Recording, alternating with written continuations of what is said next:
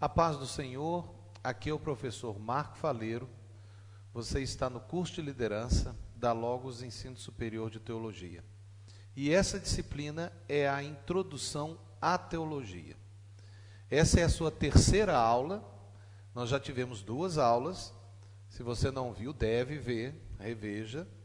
E nós estaremos agora a entrar em mais assuntos, porque primeiro nós tratamos tentando trabalhar para quebrar todo tipo de preconceito que se possa ter acerca de teologia, principalmente porque esses preconceitos nascem normalmente por causa da pessoa não ter conhecimento do que é teologia. Mas agora você já sabe o que é teologia. Teologia é o que você faz, é estudar a revelação de Deus, porque como nós falamos, nós não conseguimos estudar Deus, mas nós estudamos a revelação de Deus. E a maior revelação disponível a nós hoje é a Bíblia Sagrada. É claro que a maior revelação de Deus é Jesus Cristo, porque é o próprio Deus se fazendo carne. E também nós temos o universo, a criação. Mas a Bíblia é aquele manual que nos faz estar a verificar se é certo, se é errado. Porque nós podemos interpretar o mundo de forma errada. É aquilo que a ciência chama de cosmovisão. Às vezes nós temos uma cosmovisão errada. Então, nós nessa aula agora, vamos entrar um pouco mais acerca de conhecimento. E eu queria que você então estivesse junto comigo, prestando atenção na disciplina Introdução à Teologia. Vamos lá. Conhecimento, que é Logos.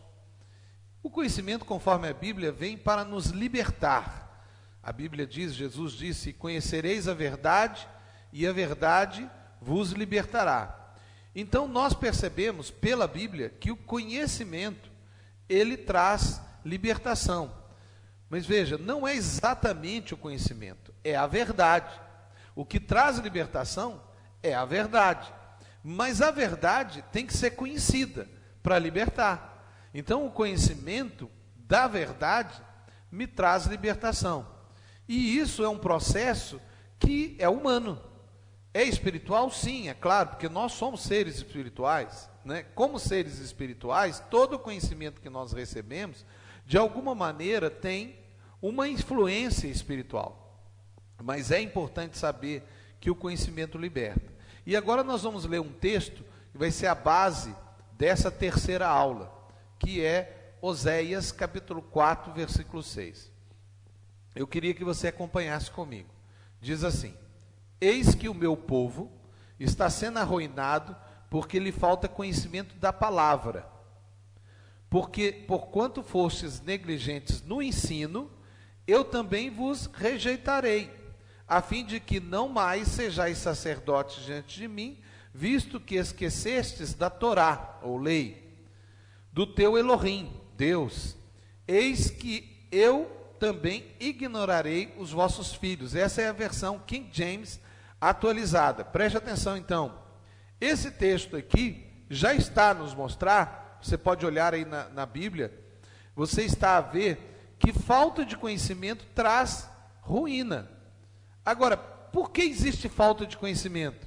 Porque negligencia o ensino. Quer dizer, se não há ensino, não há conhecimento. Precisa de se haver ensino para haver conhecimento. Veja a versão de João Ferreira de Almeida, que é o que normalmente nós temos. O meu povo está sendo destruído porque lhe falta o conhecimento. Porquanto rejeitaste o conhecimento, também eu te rejeitarei. Olha, rejeição do conhecimento traz rejeição de Deus, porque Deus é que provém o conhecimento. Para que não sejais sacerdotes diante de mim, visto que te esqueceste da lei do teu Deus, também eu me esquecerei dos teus filhos. O que é o sacerdote? É o ministro, é o líder. Aquele que é líder e que ensina o povo, ele deve receber o conhecimento de Deus. Esse conhecimento vai trazer libertação. Mas você tem que ter o conhecimento para se dar o conhecimento. A gente não dá o que não tem. Você não pode falar de algo que você não aprendeu. Você sabe que a Bíblia foi escrita em línguas diferentes da nossa? Você pode perguntar quais? Elas são a língua hebraica e a língua grega. O Velho Testamento foi escrito em hebraico, que era a língua do povo de Israel. Inclusive ainda é falada nos dias de hoje lá em Israel, é o hebraico. E a língua grega, que era falada no tempo de Jesus como a língua universal. Por quê? Porque Alexandre o grande conquistador, depois que ele destruiu o Império Medo-Persa, vocês lembram da história? Primeiro teve Babilônia foi destruída pelos Medo-Persas, depois veio os gregos, com Alexandre o Grande. E quando ele dominou o mundo daquela época, ele impôs a língua dele, que era o grego. Essa língua veio junto com a filosofia grega. E aconteceu que todos aqueles povos sabiam falar grego. Aí chegou os romanos falam latim. E eles dominaram, fizeram o Império Romano, mas a língua grega ficou igual à língua inglesa para a gente no mundo hoje. A língua universal. Então, a Bíblia, o Novo Testamento, quando foi escrito numa língua que todo mundo falava. Qual que era? O grego.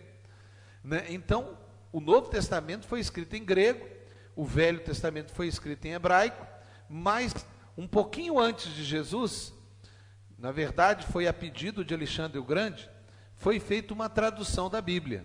Porque Alexandre fez uma grande biblioteca numa cidade que ele criou lá no Egito, aqui na África, que é chamada Alexandria. Ele criou essa cidade e fez uma grande biblioteca, que era a maior biblioteca do Império. E aí ele mandou trazer livros do mundo inteiro. E qual o grande livro dos judeus? A Bíblia. Aí o que ele mandou fazer? A tradução da Bíblia. Quando ele mandou fazer a tradução da Bíblia, ele fez uma tradução que é chamada a Septuaginta. Ou seja, ele fez a tradução do Velho Testamento do hebraico para o grego. Foi quando começou a traduzir a Bíblia. Hoje a Bíblia é o livro que é mais traduzido em toda a história da humanidade, né? De todos os livros. Mas as línguas originais em que foi escrito precisam de ser estudadas. Por quê? Porque é através delas que nós fazemos as nossas traduções. Bom, isso é conhecimento. Você tem agora esse conhecimento. Vamos então voltar para o texto de Oséias capítulo 4, verso 6. E eu queria que você visse aí no vídeo o texto no original. E você pode estar vendo aí umas letras totalmente diferentes, né? Na outra aula vocês viram as letras em grego. Agora vocês estão a ver as letras em hebraico. E essas letras em hebraico são muito diferentes. Na verdade, até você lê ao contrário, né? Você lê da direita para a esquerda. É a forma como as letras foram escritas. Mas se eu só colocar isso daqui, vai adiantar alguma coisa? Você não vai entender nada. Por quê? Porque você não conhece hebraico, a não ser que você já conheça o hebraico, né? Algumas pessoas conhecem o hebraico, porque esse hebraico, inclusive, hoje é falado em Israel, conforme eu falei. Mas eu quero que você veja esse outro slide, e veja aí, já as palavras gregas com escrita embaixo, a transliteração. Então você vai ver a transliteração aí, que é colocar nas nossas letras, que são as letras latinas. Então, se você vê aí, eu posso ler agora. Nimeido, Ami, Mibele, Hadat, Ki, At, aí vai seguindo. Já deu para ver que é fácil de ler. É só ler a transliteração, porque já está na nossa letra. Então, quando eu pego esse texto no original, eu vou começar a buscar a revelação de Deus do original. Mas para isso eu preciso de conhecimento, eu preciso de estudar, eu preciso de linguística, eu preciso estudar hebraico, eu preciso estudar grego. E aí eu vou ter uma revelação muito maior daquilo que Deus quer nos falar. Isso é obter conhecimento para a glória de Deus. Veja, alguém teve que estudar para traduzir. Você pode ser uma dessas pessoas, porque inclusive tem línguas aqui em Angola e aqui em África que não tem tradução para o original. Os Rimba, por exemplo, aqui, eles não têm tradução. Nem os bosquiminianos, eles não têm tradução na língua deles. E alguém vai ter que fazer isso. Pelo menos eu espero que faça, né? Alguém que seja daqui. Bom, como eu estou falando, para um estudo assim, precisamos de conhecimento da língua original. inclusive com a gramática. Você concorda com isso? Porque se você não tiver, como é que você vai seguir? Entrando nisso, a gente entra numa outra disciplina que vocês vão ter uma introdução, que é introdução à hermenêutica. Mas você vai estudar hermenêutica, que é a interpretação da Bíblia, né? Tem regras para se estudar textos escritos, né? No direito tem isso também, mas nós temos a interpretação dos textos sagrados. Então nós temos normas que são características e são específicas para um texto que nós consideramos como a palavra de Deus, né? Não é um texto qualquer, não é um texto de um homem, é a palavra de Deus. Mas vamos voltar aí mais uma vez no texto que nós temos, Oséias 4:6. E eu queria fazer algumas perguntas, mas as perguntas para a própria Bíblia, porque o texto está aí na Bíblia e eu quero perguntar para a Bíblia. Porque sabe, quem tem que dar a resposta da Bíblia é a Bíblia. A Bíblia responde a Bíblia. Eu não preciso de ir lá, por exemplo, em livros da filosofia de Platão, de Aristóteles, de Sócrates, ou mesmo ver René Descartes, ou qualquer outro desses filósofos, para poder buscar o entendimento da Bíblia. A Bíblia explica a Bíblia. E a revelação da Bíblia vem por meio do Espírito Santo falando ao seu Filho. Porque o homem que tem conhecimento, ele pode saber todo o conhecimento. Se ele não tiver o Espírito Santo, ele vai ter uma percepção da Bíblia, mas ele não vai entender a Bíblia. Na verdade, o homem mais simples, até que não tem conhecimento, nós já falamos isso, um analfabeto, por exemplo, pode ter mais conhecimento da Bíblia do que o maior de todos os estudiosos da Bíblia, porque é o Espírito Santo que revela a Bíblia. Então vamos fazer algumas perguntas para a Bíblia. E a primeira que eu quero fazer para esse texto, Oséias 4:6, é: o povo de Deus está sendo destruído por qual motivo? Qual que é o motivo? Responda. Se você quiser, para o vídeo agora, conversa com os amigos, lê de novo a Bíblia, ora, pede a Deus para você dar essa resposta. Então, a pergunta é essa: o povo de Deus está sendo destruído por um motivo. Qual? Então, qual a resposta? Falta de conhecimento. Não sou eu que estou dizendo, é o texto que diz isso. Veja, o meu povo está sendo destruído, por quê? Porque lhe falta conhecimento. A Bíblia responde a Bíblia. Não adianta eu inventar mais coisas, a Bíblia está falando. Se você é destruído, porque falta conhecimento. E isso é uma coisa até óbvia. Na verdade, isso é lógica. Se eu poderia entrar no ambiente da filosofia, eu entraria junto com Aristóteles e falaria que isso é lógica.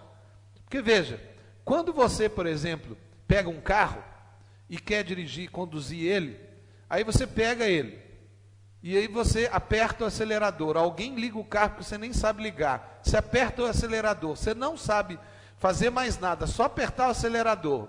Vamos dizer que ele seja dramático, quer dizer, não precisa de colocar marcha. O que vai acontecer? Você vai ser destruído, irmão. Você vai ser destruído. Você vai apertar lá, aperta aí, você não sabe fazer mais nada, você não tem conhecimento. Quem não tem conhecimento pode ter uma arma na mão, pode ter um carro na mão que não vai fazer nada. Ele pode ter o melhor carro do mundo, ele não vai fazer nada. Veja, se você não tem conhecimento, você pode ter, por exemplo, nós temos vários equipamentos aqui, vocês não estão vendo aqui, tem luz aqui, tem fotógrafo, tem aqui do lado, aqui tem uma pessoa que está mexendo com o computador, o outro ali, ele está me olhando ali, está vendo, ele está gravando, tem um monte de gente aqui. Você sabia, né? Porque alguém tem que fazer isso não acontece assim, ó. Ah, vamos fazer, o Espírito Santo vai revelar. Não funciona assim. Esse irmão que está operando a câmera ali, o outro está operando o computador, eu que estou mexendo com o meu computador, aqui é um notebook, né? Eu sei isso, eles sabem disso, sabe por quê? Porque eles têm conhecimento. Se eles não tivessem conhecimento, sabe o que ia acontecer? Nada. Ou então ia ficar uma coisa bem ruim, difícil de ser feita. Na verdade, vai até melhorar, porque ele vai pegar o que eu estou fazendo aqui e vai arrumar. Ele tem conhecimento para isso. Veja, é Bíblia. O meu povo é destruído, mas não é só o povo, não. Qualquer um é destruído sem conhecimento. Se você não tem conhecimento, você vai ser destruído. Você chega na sua igreja, não tem conhecimento, a pessoa fala qualquer coisa, você aceita qualquer coisa, você é destruído. Porque você não conhece a Bíblia. Você aceita qualquer coisa. Aí vem uma heresia, você aceita. Porque você não tem conhecimento da Bíblia. Aí vem uma pessoa e fala uma asneira, um absurdo, você aceita, porque você não tem conhecimento. O que vai acontecer? Você vai ser destruído. Amém? Vamos fazer uma segunda pergunta, para o texto. Mas o que é conhecimento? Dá para dar uma parada? Para então, pode parar. Para parar vídeo é só parar, tá? Ele fica parado, aí depois você continua a ver. Então responde aí, o que é conhecimento? Porque o texto fala sobre conhecimento. Falta de conhecimento traz destruição. Mas o que é conhecimento? Veja o que o próprio texto diz. Vamos ver na Bíblia. Porque rejeitaste conhecimento, também eu te rejeitarei. Então aqui está. Você rejeita o conhecimento. Então como é que você vai ser destruído? Quando você não tem conhecimento. Mas e esse conhecimento? O que é esse conhecimento? Esse conhecimento é algo que é dado por Deus para você. E quando você rejeita esse conhecimento que Deus te dá, aí vem a destruição sobre a sua vida. E aí você pode chegar ao ponto até de esquecer a lei de Deus, até esquecer do que Deus te falou. Então preste atenção nisso, porque aonde há falta de conhecimento sobre a lei de Deus, que é a palavra de Deus, vai haver destruição. E destruição não é só para você, não. A destruição é para os outros também. Porque se Deus te colocou como líder na igreja, é porque você recebe para dar. Não é para você só, não. É para você também. Mas não é só para você, é para os outros. Então você recebe para dar. Você pesquisa para dar. Você se empenha em estudar para ajudar outras pessoas. Foi para isso que Deus te deu dons e talentos. Não é para você, é para os outros. Nós somos presentes para a humanidade. Nós somos o corpo de Cristo na terra. Somos nós que trazemos a salvação. Mas nós temos que ter o conhecimento. A palavra de Deus diz que ela é viva e eficaz. E Jesus disse que aquele que me ama, guarda a minha palavra. Então você deve guardar a palavra de Deus. Eu quero fazer uma terceira pergunta ainda dentro desse texto, que a falta de conhecimento é originada no quê? Eu já respondi. Se você parar, você olhar atrás, você vai ver o que foi a resposta dessa pergunta. O que é? Rejeição. Rejeição do conhecimento. Se eu entrar na questão de rejeição, eu vou ter que entrar aí num ambiente de restauração de personalidades. É até algo que vocês vão ter também, uma disciplina que chama personalidades restauradas. Porque muitos estão no ambiente da ignorância porque estão cheios de rejeição. Eles começam rejeitando a si mesmo. E depois eles começam a rejeitar os outros. Inclusive rejeitar Deus. E aí eles começam a rejeitar o conhecimento de Deus. Por quê? Porque eles rejeitam a si mesmo. Porque eles acham que não são capazes.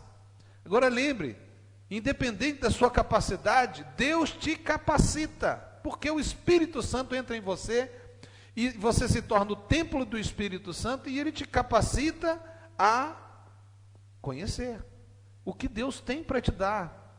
E ele vai criar situações. Deus cria situações para termos conhecimento. Então nós estamos aí nesse texto e nós estamos a perguntar. Vamos fazer uma quarta pergunta. Então, qual é a consequência dessa rejeição? Bom, essa pergunta eu acho que já é meio óbvia, né? A resposta. Quase que toda a construção aqui é uma sequência. Mas a verdade é que quando nós rejeitamos, tem consequência. Essa consequência não é só para nós. A consequência é, como diz o texto, para os nossos filhos, que pode significar os nossos filhos espirituais. E também pode significar nossa família mesmo, natural, viu? Porque pecado tem consequência. E é pecado você não dar se Deus está te mandando dar. É pecado quando você recebe algo de Deus e você não quer receber. Deus te chama para poder liderar a igreja, por exemplo, ou exercer o seu dom, e você não dá. Aí a gente lembra de Jesus, né, e os talentos. E aí quando a gente lembra esse texto, a gente fica bem preocupado, né, porque ele falou que vai tirar, que ele dá talento, mas se a pessoa não usa o talento, ele tira. Então veja, a consequência da rejeição do conhecimento é o povo ser destruído.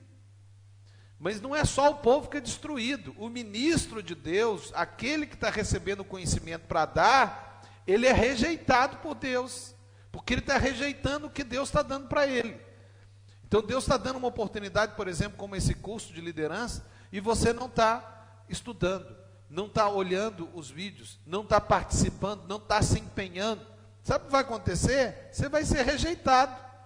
Ô professor, não exagera não estou exagerando, estou falando a verdade. Quando você rejeita, você é rejeitado. Esse é um princípio da Bíblia. Dai e ser-vos-á dado. Você dá rejeição, você recebe rejeição.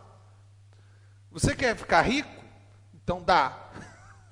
Dá dinheiro, você recebe dinheiro. Dá prosperidade, que você é próspero. Dá saúde, que você recebe saúde. Dá felicidade, que você recebe felicidade. Dá conhecimento, que você vai receber mais conhecimento. Você está entendendo? Esse é um princípio bíblico, é uma lei espiritual. Deus é assim, Deus funciona assim, porque Ele é Deus, esse é o caráter dele. Então, e a teologia? O que a teologia tem a ver com tudo isso? O que você acha? O que ela tem a ver com tudo isso? Na verdade, ela é tudo isso que eu estou falando. Por quê? Porque a teologia nada mais é do que a verificação do conhecimento que Deus deu para a igreja. A gente chamou esse conhecimento de teologia. A gente podia ter dado outro nome.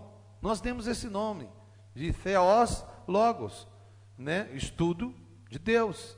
Nós é que demos esse nome. Agora pergunta mais uma vez, depois de já, né? Nós estamos na terceira aula. Então, eu pergunto a você, o que é teologia para você?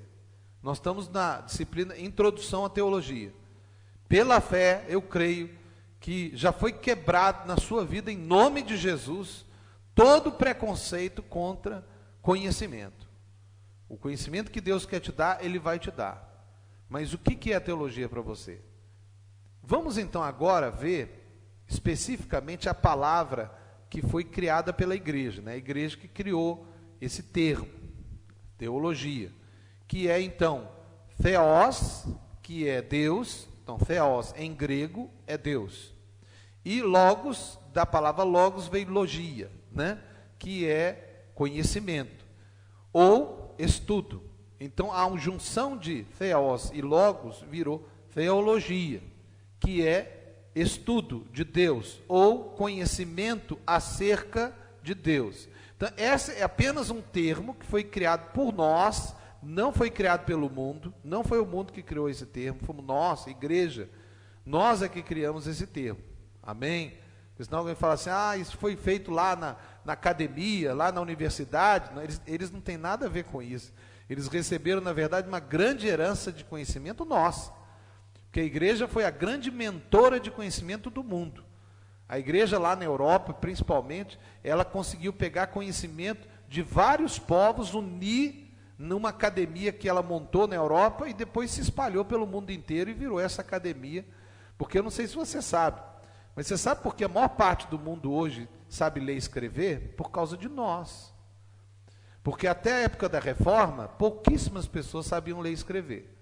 Aí quando os reformados, né, Martinho Lutero, Calvino, começaram a reformar a igreja, e aí infelizmente quebrou a igreja, né, poderia ter sido continuado, mas não teve jeito, porque aquela estrutura católica, principalmente o Vaticano, está cheio de coisa errada, e não dá para continuar, compactuar com aquelas coisas erradas.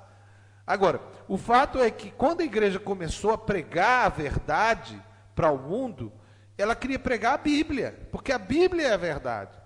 Só que tinha um problema, ninguém sabia ler e escrever. Sabe o que a igreja fez? Escola. A igreja começou a fazer missões e fazer escola em todos os lugares, aqui na África, na Ásia, nas Américas, para todo lugar eles começaram a criar escola, porque todo mundo tinha que aprender a ler e escrever. A igreja deu conhecimento de ler e escrever para eles lerem a Bíblia. E começaram a traduzir a Bíblia do latim, do grego, do hebraico, para o alemão, para o inglês, que eram as línguas mais fortes, e depois foi traduzindo, para todo mundo ter acesso à verdade. E isso aí é que se transformou nisso, nessa construção de matéria que é a teologia. Agora você pode falar assim, Eu não preciso, professor. Você vai falar isso? Eu vou fazer uma pergunta para você. Por que você diz isso? Será que você é suficientemente sozinho? Você consegue ter todo o conhecimento? Você não precisa de ninguém te falar nada. Não precisa de ninguém te ensinar nada. Pense nisso. Porque a Bíblia diz o seguinte, que Deus colocou na igreja apóstolos, profetas, evangelistas, pastores e mestres. E a Bíblia fala, lá em Efésios capítulo 4, verso 11, que Deus colocou esses dons dados por Jesus Cristo para o aperfeiçoamento da igreja. Então você precisa de dons na sua vida, não vai ser um dom só não, aqui são vários. Deus põe dons na igreja para aperfeiçoar a igreja. Ninguém é suficiente em si mesmo. Ninguém vai conseguir conhecer Deus sem o outro. A igreja só é igreja, ou seja, como grupo. Você não pode conhecer Deus sozinho. Você precisa de ter os dons que é o corpo de Cristo para revelar Jesus na sua vida. Aí você pode tentar entrar num sofisma comigo e criar aí uma falácia do tipo, mas e o fulano que está sozinho e não tem igreja, só ele. Aí ele vai ser um dom enviado, um caso específico enviado, que vai começar a pregar e logo vai nascer gente convertida. Porque quando o missionário vai sozinho para um país, ele começa a pregar, ele é enviado por Deus. Deus não envia ninguém para ficar lá fazendo nada. Não, eu vim para cá, para esse país, para trabalhar e ficar só eu e ninguém precisa ser salvo. Então você está no lugar errado. Porque Deus, quando manda alguém para qualquer lugar, é para poder ser discípulo de Jesus, para pregar o evangelho. Se você for para a Europa, quem está aqui em Angola vai para a Europa, vai trabalhar lá, você não vai trabalhar para ganhar dinheiro, você vai trabalhar para ser igreja. Como consequência, Deus te dá dinheiro. É diferente. Todo cristão, quando sai para qualquer lugar que for, ele vai ser missionário. E aí você está sozinho no país, só você conhece Jesus. Então eu não preciso de ninguém? Não existe isso. Primeiro, você foi enviado. Tem uma igreja atrás de você que você nasceu. Segundo, você vai começar a pregar o evangelho e vai ter gente nascendo. E quando essas pessoas nascerem de novo, elas vão te ajudar. É assim que é o plano de Deus. Não tente inventar outra coisa, porque não está escrito na Bíblia outra coisa. A Bíblia diz que nós somos corpo. E você é membro, você é parte do corpo. Vamos lá. Nós fomos feitos como sociedade, independente do que você possa pensar. Deus criou macho e fêmea. E macho e fêmea, Adão e Eva, tiveram filhos, família. É assim que é. Não existe possibilidade de existir sociedade humana sem família e sem macho e fêmea. Apesar de que hoje eles estão tentando criar aí novos tipos de família e dizer com a ideologia de gênero, né, que é uma das maiores tolices que estão sendo inventadas nos dias atuais, né, falando que homem pode ser mulher, que mulher pode ser homem, tá? Essa confusão que o diabo inventou e que tem gente que ainda consegue acreditar, mas a verdade é que Deus criou a gente como sociedade. E igreja é sociedade, são pessoas. E você não vai conseguir viver se você não for igreja, porque nós somos igreja, nós somos grupo, e nós precisamos um do outro. Nós não conseguimos crescer em Deus sem os dons que Deus colocou dentro da igreja. Nós somos como Deus é. Veja, vamos voltar para o lema da Logos, lá do início. No lema da Logos, você vê lá que está colocado Pai, Filho e Espírito Santo. Então, Pai, Filho e Espírito Santo é Deus. É um só Deus, mas são três pessoas em um só Deus. Você pode tentar explicar, eu não vou entrar, isso é área de doutrina, da teologia sistemática, eu não vou entrar nisso, mas o fato é que Deus é suficiente em si porque Ele é uma sociedade eterna. Preste atenção, Deus não precisa de nós. Tem gente que acha que Deus não vai sobreviver se nós não o adorarmos. Não existe isso. Deus é eterno, Ele já existia, Ele nos criou, Ele criou os anjos, criou a gente, Ele não precisa da gente. Por quê? Porque Deus ama e é amado por si mesmo, mas Ele mesmo já mostra que na eternidade Ele sempre foi, mas Ele foi que dá e que recebe, e nós somos assim. assim você é como igreja. Eu queria que isso ficasse firme no seu coração. Então, como você pode ver, todos que estão sozinhos são incompletos e são infelizes. Então, para iniciar o processo de manifestação do corpo de Cristo na terra, você tem que entender que você vai receber conhecimento que é dado por Deus, mas que o seu irmão também recebe. E que o que Deus deu para o seu irmão, ele pode querer trazer para você. Isso é teologia. Mas que você tem que estar aberto, porque se você não estiver aberto, se você estiver fechado, você vai ter dois problemas. Um, você não vai ter o conhecimento que Deus quer te dar. E segundo, você vai ser um impedimento. Você vai ser destruição para o corpo de Cristo. Mas lembra de uma coisa, se Deus te dá alguma coisa e você segura para você, sabe o que Deus faz? Deus dá para outro. Deus dá para outro, porque a obra de Deus não vai parar, se você não quer fazer a sua parte. Deus se manifesta na igreja de forma plural. Aprenda a perceber os dons que Deus estabeleceu e que Ele une dentro da igreja. Lá em Mateus, no capítulo 10, no verso 41 e 42, eu vou ler um texto que é da edição Revista e Corrigida do Almeida, de 2009. Diz assim: quem recebe um profeta na qualidade de profeta, receberá o galardão de profeta. E quem recebe um justo na qualidade de justo, receberá o galardão de justo. E qualquer que tiver dado, só que seja um copo de água fria a um desses pequenos, em nome de discípulo, em verdade vos digo que de modo algum perderá o seu galardão. Então aqui, você quer receber o galardão do profeta, recebe o profeta. Porque se você não receber o profeta, você não recebe galardão nenhum, ou seja, você não recebe nada dele. Então aquilo, quem Deus está enviando, recebe. É um dos pontos, por exemplo, da questão de profecia. Às vezes alguém é levantado por Deus e essa pessoa fala uma profecia. Ela às vezes fala em línguas estranhas, tem interpretação e vem uma profecia. O que você tem que fazer? Receber. Recebe, mas aí a Bíblia fala, julgue, né? Leva então para o julgamento daquelas pessoas que devem julgar, principalmente se for o caso dos pastores da igreja, que são os líderes da igreja, julga. Mas não rejeita, porque se é o galardão, você vai ter o galardão, e vai cumprir, é claro. Esse é só um exemplo, eu poderia dar vários exemplos, mas recebe o galardão recebendo aquele que tem o galardão, e que vai dar o galardão para você. Na Logos, nós temos algumas filosofias institucionais, que nós gostaríamos de compartilhar com você, e queríamos deixar aqui, para você poder também conhecer. Afinal de contas, nós estamos nessa parceria, Logos e a sua igreja, e nós queríamos que você entendesse as nossas filosofias. E a primeira filosofia nossa, a gente chama de 3C. O que é isso? Conhecimento, caráter e carisma. Porque nós acreditamos que a formação ministerial, ela passa por esses três aspectos. Tem que ter conhecimento, tem que ter caráter e tem que ter carisma. Carisma é poder, unção. Veja, tem que ter conhecimento? Tem. Inclusive, um dos objetivos dos nossos cursos de teologia superior é dar conhecimento, assim como esse.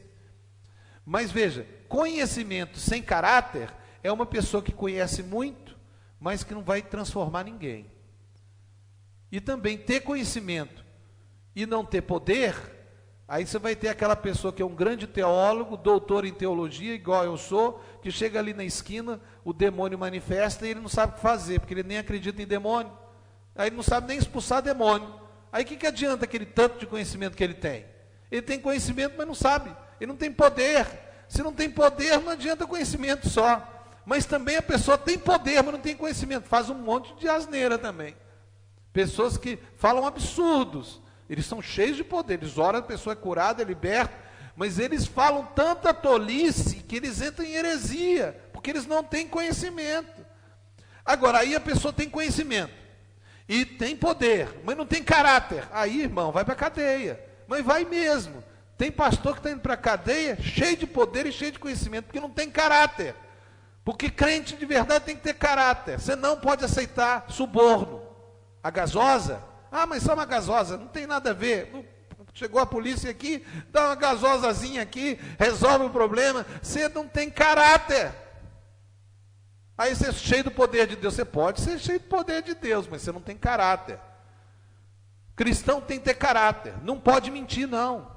Não pode ser uma pessoa que aceita suborno, que é corrupto. Uma pessoa que é orgulhosa. Uma pessoa que não ajuda os outros, que só preocupa com si mesmo, consigo mesmo. Então veja, para se formar um verdadeiro ministro de Deus, um líder na igreja de Cristo, ele tem que ter conhecimento, para ele não fazer asneira, para ele saber o que deve ser feito. Ele tem que ter caráter, porque ele tem que ter a mesma moral de Deus. E ele tem que ter carisma, porque ele tem que ter o poder, porque é o poder que nos leva à frente. Agora, se nós tivermos líderes aqui na igreja, você que está assistindo aí, que tem conhecimento, que tem caráter e que tem carisma, nós vamos ter um apóstolo Paulo. Amém? A gente vai ter um Jesus Cristo. Porque não existe na terra ninguém mais que tinha conhecimento do que Jesus. Os rabinos olhavam para ele e falavam, Rabi. Rabi virava para Rabi. Os professores olhavam para Jesus e falavam assim, o que é isso? Na verdade, quando Jesus era adolescente, os fariseus e os rabinos olharam e falaram assim, o que é esse menino? Ele sabe mais, ele sabe demais. Que ele tinha conhecimento, ninguém tinha mais conhecimento do que Jesus Cristo. Não vem dizer essa história que Jesus não tinha conhecimento, porque ele, no mínimo ele falava 4 línguas. E ele lia a Torá. E ninguém lia a Torá se não fosse um rabino, se não tivesse conhecimento. Ele tinha conhecimento, mas ele tinha caráter. Ninguém pode dizer que Jesus pecou. Ele não teve nenhum erro. E ele tinha poder, carisma. E eu não preciso te falar sobre isso. É só ler os 4 evangelhos, você vai ver o poder de Deus através da pessoa chamada Jesus Cristo, que é Deus, porque ele é 100% homem, mas ele é 100% Deus. Amém? Então a gente tem na Logos essa proposta, que é a proposta dos 3 Cs para a formação, que é conhecimento, caráter e carisma. Mas a gente também tem uma outra filosofia, que é a filosofia hermenêutica, ou seja, a filosofia de interpretação. E a nossa filosofia hermenêutica é histórica. Nós somos basicamente, fundamentalmente reformados, quer dizer, cremos na história da construção, da interpretação reformada, que é aquela que foi proveniente de 1500 com a reforma protestante. Nós somos pentecostais, porque nós cremos naquele movimento de 1904, na Rua Azusa, nos Estados Unidos, com aquele pregador afro-americano, quando começou o movimento pentecostal do mundo, se espalhou dos Estados Unidos para o mundo inteiro, né? Hoje a gente tem um movimento até neopentecostal, que muitos de nós somos, mas a ideia de que os dons e a atuação do Espírito Santo é para os dias de hoje, quer dizer, hoje ainda, nós temos os mesmos dons, tudo que está na Bíblia acontece hoje, não é só para o passado, é para hoje também. A gente fala em línguas estranhas, a gente expulsa demônios, a gente ora por enfermos e eles são curados. Nós cremos numa palavra de conhecimento, na palavra de sabedoria, nós cremos em profecia, em visões. Então isso é o nosso hoje, está hoje, disponível para nós. Amém? Então nós estamos a terminar a 3ª aula da disciplina Introdução à Teologia, e aqui é o professor Marco Faleiro, no curso de liderança. Que Deus abençoe você, eu espero você na próxima aula, e lembre-se, seja feliz, mas faça alguém feliz, em nome de Jesus, amém.